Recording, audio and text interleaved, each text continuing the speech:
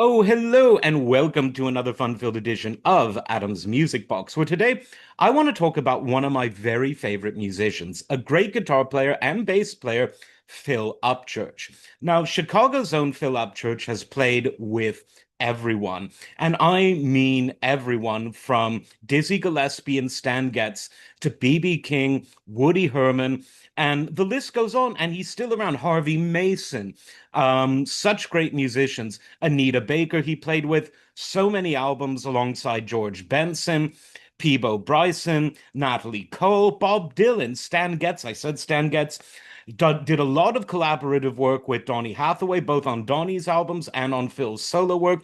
Michael Jackson, he played on Off the Wall. He played with Shaka Khan. Dr. John, Howlin' Wolf, the great Hubert Laws on his Chicago theme album, a great release of his from CTI, one of my favorite labels.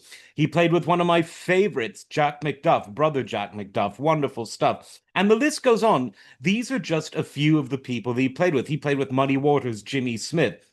Now, of course, this is a very impressive list, but what I'm recommending for you today is to check out his solo album because his solo album is really interesting. Phenomenal guitar playing, great writing, very funky, very soulful, at times experimental and psychedelic. Really, really interesting stuff. And he only ever played with the finest musicians of all time. Many of the people on whose albums he played with him. For instance, on the self-titled Upchurch album from '69, Donny Hathaway was on piano, as he was on the follow-up album, The Way I Feel. Then there's the Upchurch Tennyson with Tennyson Stevens, a really good album from 1975. That one I don't think is on the streaming services. Really ought to be, but a lot of his others from that golden '70s era are. Now, he just had a very unique feel for the guitar, and he's one of those guitarists that could do everything. He could play hard, he could play clean, he could be psychedelic and experimental, he could be funky and soulful.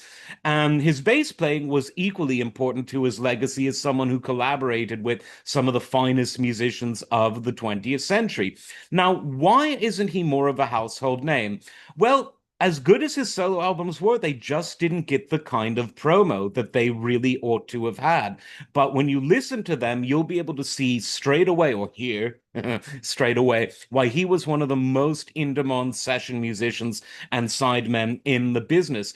And he even played on what I consider a revolutionary soul album, Come to My Garden by Minnie Riperton. He also played on her '79 solo album. He first got in touch with her, or came to know her, I guess you could say, on the 1968 Rotary Connection album when Minnie was singing with that pioneering vocal band of the psychedelic soul genre. So check out Phil Upchurch. You will not be disappointed, and he's still around.